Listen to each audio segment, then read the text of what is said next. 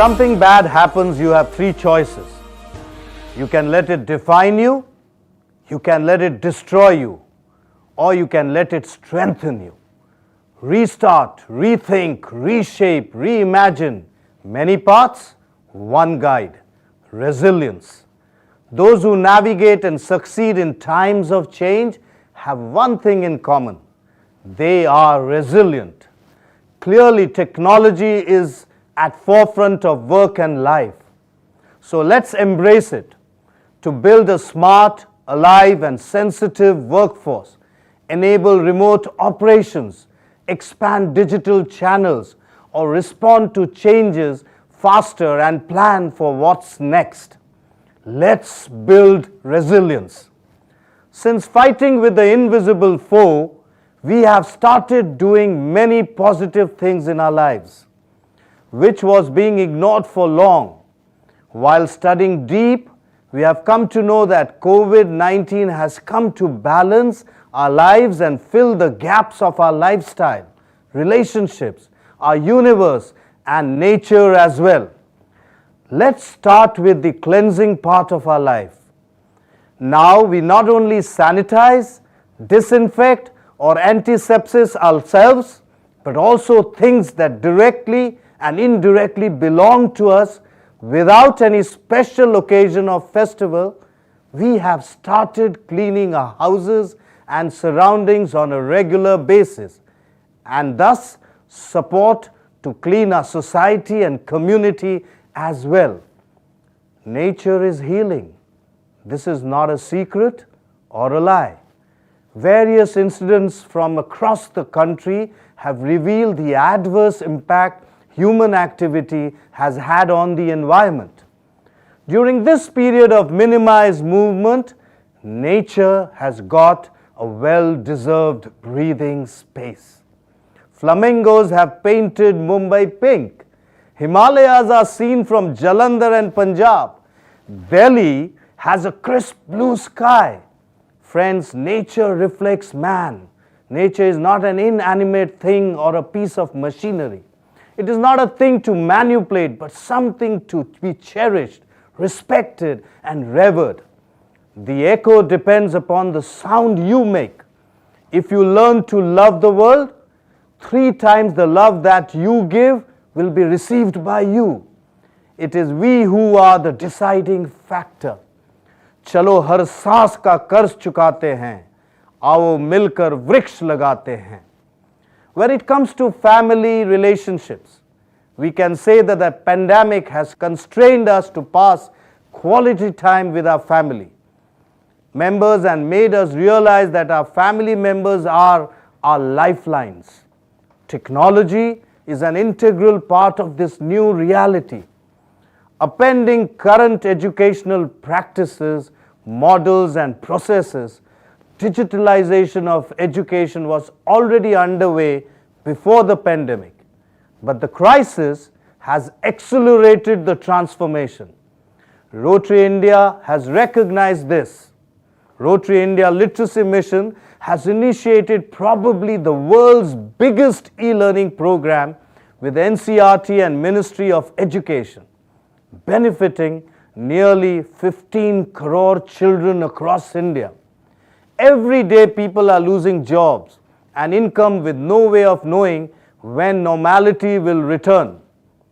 Rotary India Literacy Mission also launched a pilot skilling program, Saksham Bharat, to skill young adults with surety of employment. I proudly announce that the first batch of 51 skilled young adults graduated today with job placements, and the next batch of 100 will graduate shortly. It will be our endeavor to skill 5,000 young adults this Rotary year. The Zoom platform has opened new doors for Rotary, both on digital learning and fellowship with plethora of innovative ideas. The world has become a global village. Vasudhaiva Kutumbakam and Ubuntu are the flavors of the season. How meaningful the African philosophy of Ubuntu has become. I am because we are. The need in the world are greater and more diverse than ever before.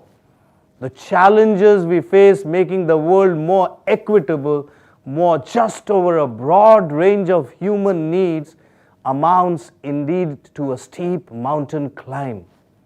Yet, the climbing must be done. Seizing the opportunities as Rotary opens doors of service, किसी के आंखों के आंसू खगाल कर तो देखो, किसी के चेहरे पे मुस्कान ला कर तो देखो, खुद ब खुद हो जाएगी तेरे पैरों की जलन कम, किसी के पैर से कांटा निकाल कर तो देखो. Even the Institute Committee changed course. From the backwaters of God's own country, Kochi, they traversed the unknown and have created the Odyssey, a virtual platform of knowledge, love, and friendship. The Odyssey chair Sanjay Khemka and his team has brought to your doorstep world's greatest achievers, thinkers, doers, who will take you onto a journey in pursuit of excellence. We have speakers and deliberators who are masters of their field and resonate our 7 areas of focus. We have with us 14 CEOs, educators, bankers, environmentalists, teachers, diplomats, sportsmen, poets, lawyers, moral uplifters, actors, entertainers, etc., creating an institute of knowledge. We are indeed fortunate to be blessed by the doyen of Indian industries, Shri Kumar Mangalam Birla. Thank you, sir, for allowing us to breathe the same air you breathe. And surely, our leader, President-elect Shekhar Mehta, a man who converts dreams into reality and makes others believe that they can. The Odyssey is all about persistence, and persistence is all about continuing to perform an action or working for a goal and objective, even if we have failed in our attempts and are tired of trying. Martin Luther King Jr. said, "If you can't fly, then run. If you can't run, then walk. If you can't walk, then crawl. But whatever you do, you have to keep moving forward." There is no greater joy than finishing the race. A world free of polio is now becoming a reality. The last hurdle needs to be crossed, and cross we surely will, for we are the vanguards of the society. It is we who pledge to make the world a better place to live in. इसीलिए किसी ने सही कहा है, रख हौसला वो मंजर भी आएगा, प्यासे के पास समंदर भी आएगा, थक कर न बैठ है मंजिले मुसाफिर, मंजिल भी मिलेगी और रोटरी में जीने का मजा भी आएगा. Up next to talk to us about network, enrich, serve, we have our very own President-elect. From working to help underdeveloped countries, eliminate avoidable blindness, to working in disaster management, to making India totally literate. He is a person to always rise to the occasion.